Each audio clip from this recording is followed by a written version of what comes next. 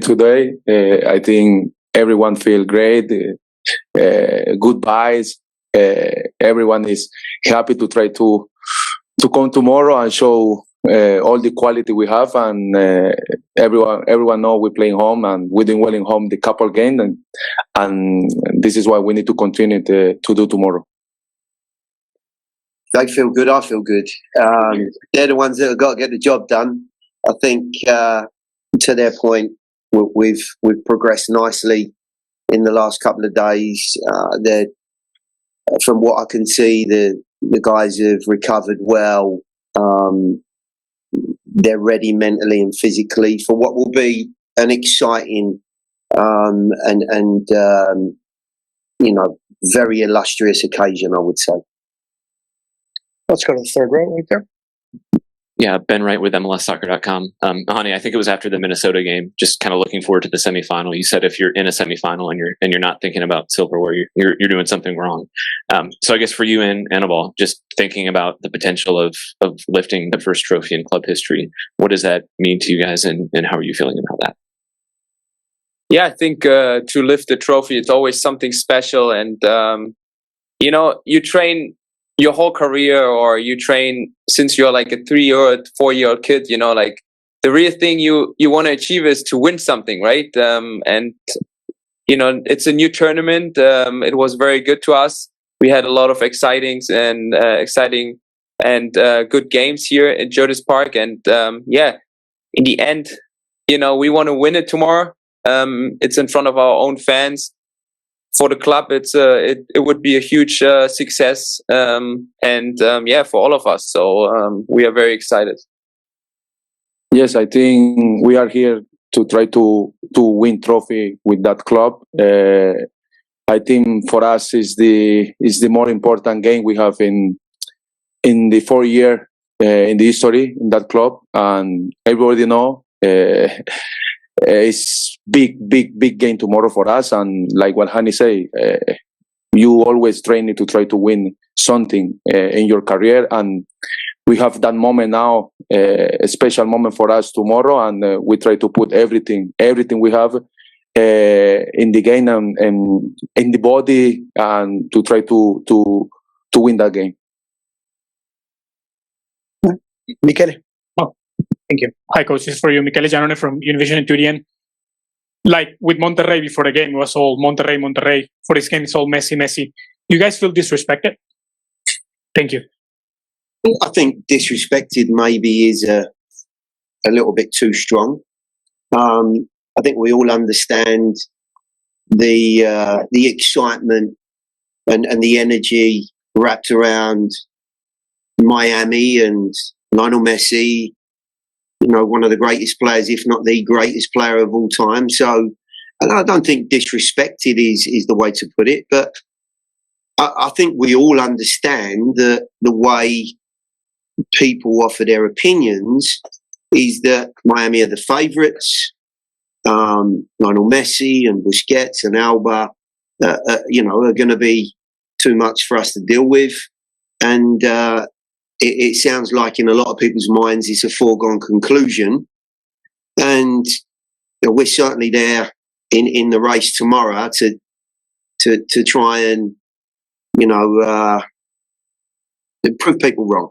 I think that's the easiest way of putting it. These guys sitting alongside me and the group have on many occasions been in a very similar position.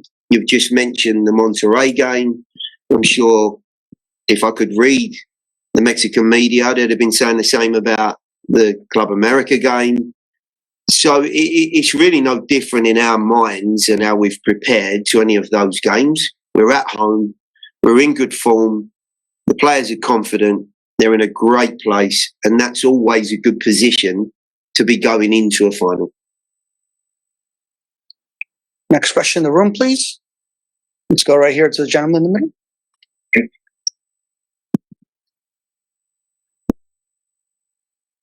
Yes, Ramon Cisneros from La Campana, the Spanish newspaper in Nashville. How do you prepare for a game like this? I know that you do all your training, your regular training, but do you do any kind of analysis of the team that you are going to be playing against? Yeah, we'll look at every team that we play at and do our very utmost to try and pick out trends in their group, weaknesses that we can exploit, opportunities to take advantage of.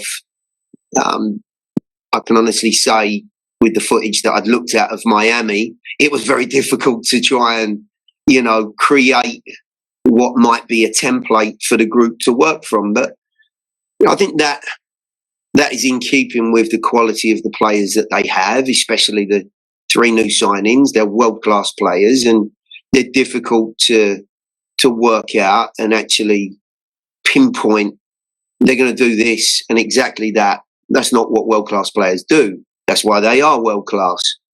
But I think if you look at the way we've performed and the way that the guys have really gone about their business and stuck to the plan, if you like, of the games that we've played, certainly recently, if we're looking at the Leagues Cup, I don't see any reason why you're not going to see a group on the field tomorrow that are very comfortable in their own skin. We will have a very good idea, and I'm sure opportunities to turn the game our way. And like most important games, you're going to find that the team that take advantage of those opportunities, and we've seen Miami do it in the last 6 games, they've taken advantage of that. Our task tomorrow is to put ourselves in a position that ask Miami some questions that they've not been asked before. Let's go, John. Hi, Gary. John Arnold with the Leagues Cup site. I wanted to ask a little bit about the atmosphere and mood tomorrow. Obviously, the fans don't play, but there's a lot of people who are, we've seen in Philadelphia and Frisco, have wanted to see Lionel Messi. The vibe has changed a little bit. You have great supporters here, but what are you hoping for tomorrow from the atmosphere and the mood of the occasion, and what are you expecting if it's any different? I mean, I would hope that we're going to have the same sort of energy that we've seen on so many occasions here. And, these guys will be able to give you a much better idea of the feelings on the field. But, certainly being part of that group pitch side, I do think that when you've got a very good fan base, it not only inspires the players, but it picks them up when you're down. It drives players on. It gives you that added percentage or two that in the end, might well be the difference. Will there be a change of clientele because of the way that the ticket pricing has gone? The excitement around Lionel Messi and maybe some more Miami supporters come out of the woodwork, who knows? But I still think that we'll have a very, very good support here tomorrow, and that will certainly be a big piece of the puzzle for us. All right, let's go to Paul in the back. I think any of you guys can answer this question, but talking to some of the coaches and players who have come up against Miami so far, there's been some question of, do we pay too much respect and give too much space for them to do some of their work? And obviously there's been the flip side of that where, maybe you try to assert yourself on Messi too much and he got a little bit almost played angry against Orlando, you could say. Wonder how you try to balance that of not trying to give too much respect to Messi, but trying to kind of find the way to play within yourself and be able to neutralize him to the best that you can. I'm happy. You want me to? Oh, okay, thanks. You've got to go ahead. Listen, it doesn't surprise me. He's an individual that would seem to have that aura. I've not met the guy, so it's difficult to obviously speak from a personal position. But very, very good players have an aura. These two have an aura because they're confident about their own ability and what they're capable of.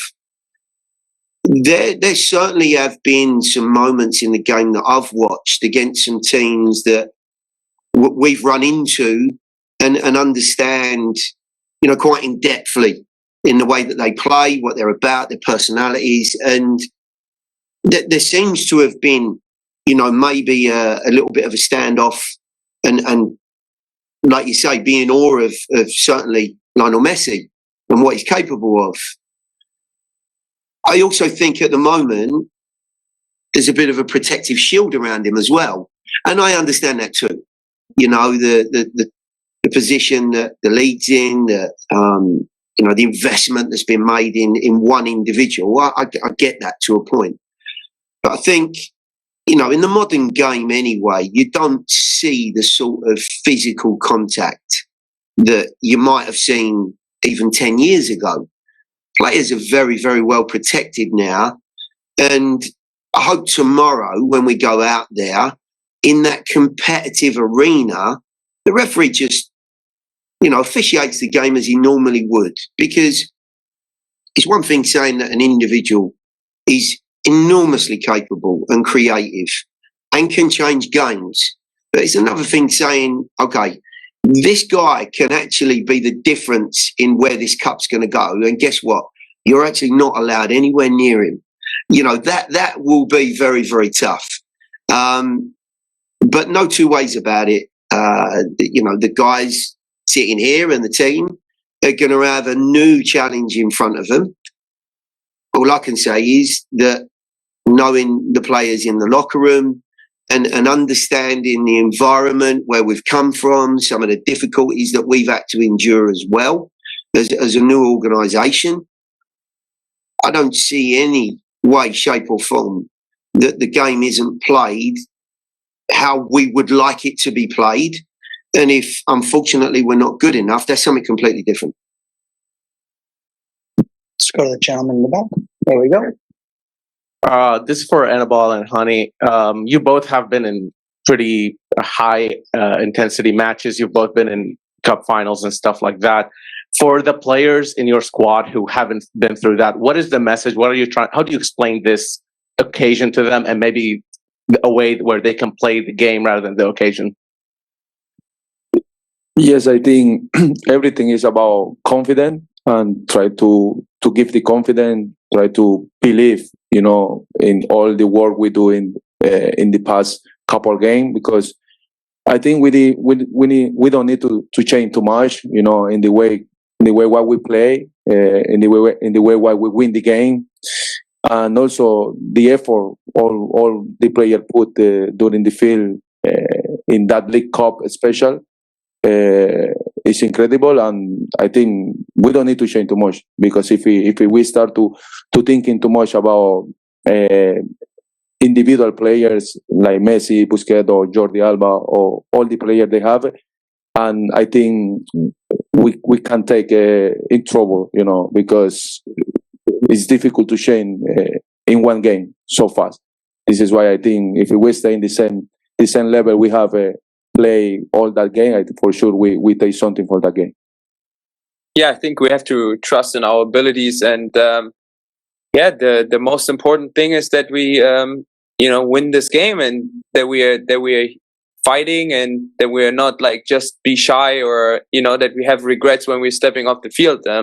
That's the most important thing in these kind of games.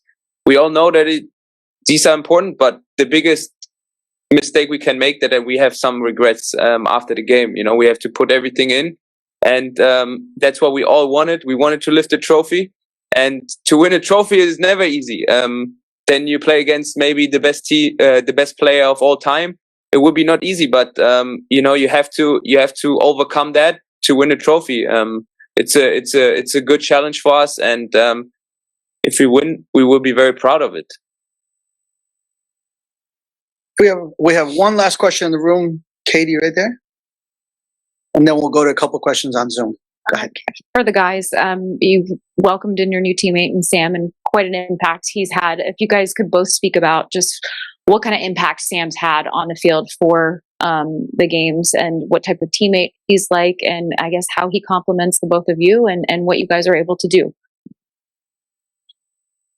Yeah, he's a very nice guy, first of all, off the field. On the field, obviously, he just played, I think, 3 games and had 3 goals, so a huge impact. For his size, he's very agile, and he's pretty good on the ball. A big target player, box player. So we're happy to have him in our team. We will help him as much as we can, that he keeps scoring goals. We need them. We need them tomorrow. So hopefully he will score 1 or 2 goals. Yes. He have a huge impact in this team. In the first 3 games he played, he's a great person, great human, like everyone in this locker room. I think we have one of the best locker room in the league for sure. And I think this is the quality for us, and try to be together always. And but like Hani said, maybe can score tomorrow, maybe 2 or 3 goals. For us, it's really good, and enjoy. This is like Sam is like great person. Is the first one.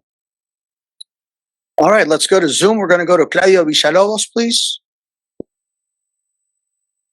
Thank you, Gary. It's been 13 years since you won that trophy with Colorado, and and you became the first coach to win a trophy for them. Tomorrow, with a different team, you could repeat that story, winning the first trophy with Nashville. I mean, those 13 years only tell how difficult it is to win, for sure, no matter how you try. Now, can you tell? And this might not be fair. Can you tell what the difference would be between winning an MLS title in a tournament like this? And for Aníbal Godoy, in Spanish, Aníbal, un año de dos finales con la selección de Panamá en la Copa de Oro, mañana con Nashville Soccer Club en el League Cup. ¿Qué puedes decirnos de este año tuyo y de la forma en que estás jugando, no solo en la Copa de Oro, sino ahora? Thank you, guys. Look, it was, my memory fades, of course, it was that long ago, but it was a wonderful occasion, and 2010 winning the MLS Cup in an organisation that was unfancied was a terrific achievement. The 13 years that have gone by, for most of that, nobody wanted to employ me, so that was pretty difficult to win anything. But we get to this point, and the opportunity, I think more importantly, to build a group as we have done here with the team and the organisation and the club in general has got some very similar feels to it as that Colorado team had. There's a real togetherness. Annabelle's already mentioned, the spirit and the appreciation for each other, and I think you see that when the guys are out on the field, and those intangibles, when the going gets tough, can definitely be the difference in winning something and not. But the simple fact is, whilst I might joke about not maybe having the opportunities that I would have liked to have gone on and been in finals or competed at this level, the simple fact is cup finals don't come around that often. If you look across the league in general, you find that there might be teams that have a real, great 3-4 years, and it falls off and falls away again. Budgeting system and the salary cap is not difficult.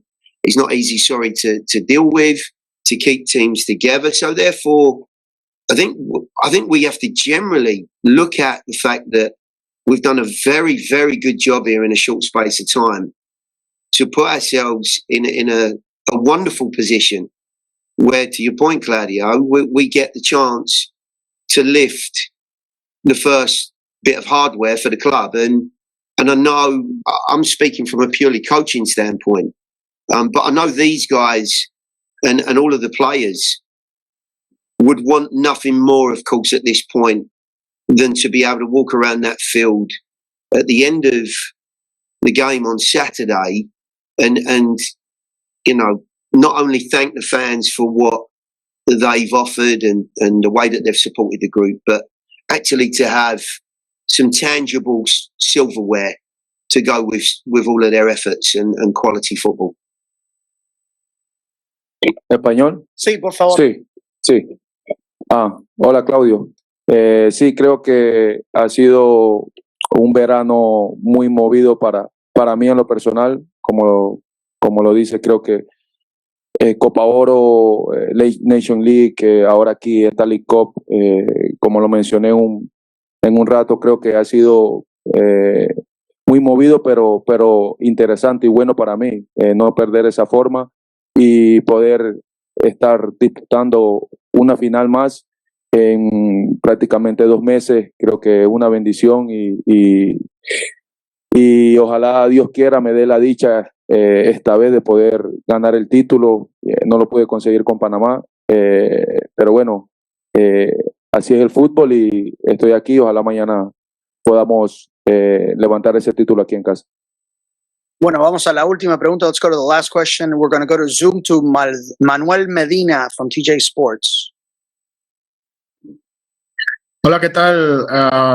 Soy Manuel Medina de TJ Sports. Aníbal, pues la pregunta para ti es que nos platiques un poquito cómo se sintió haber eliminado a 2 equipos grandes como América y Rayados para catapultarlos a esta gran final, porque prácticamente eliminaron las esperanzas de toda una liga y todo un país.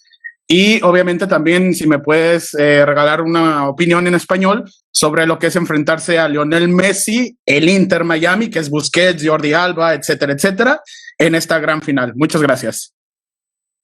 Sí, hola, ¿cómo está? Un placer. Bueno, creo que lo que hicimos nosotros aquí dentro de este estadio contra América y Monterrey, creo que ha sido importante. Eliminamos, creo que a los favoritos de este torneo, más allá de todos los partidos como con Cincinnati en la ronda de grupos, creo que eliminamos a los 2 favoritos y eso tiene un plus grande para nosotros. Una motivación extra y como lo dije, creo que nosotros en casa somos importantes, hacemos valer la localía y ojalá mañana no sea la excepción. Y bueno, lo de enfrentar a Messi, creo que qué jugador no quisiera estar en esta posición. Somos privilegiados, pero sí, con mucho respeto hasta un punto, porque al final del día fútbol es fútbol y cuando ya entramos a la cancha ya suceden otras situaciones y yo tengo que defender mi camiseta, tengo que defender a Nashville y pase lo que pase dentro de la cancha ya son situaciones extra. Entonces por ahí nosotros sí lo respetamos, pero también vamos a tratar de nosotros hacer respetar nuestra localidad. Thank you very much, gentlemen. Gracias. Thank you.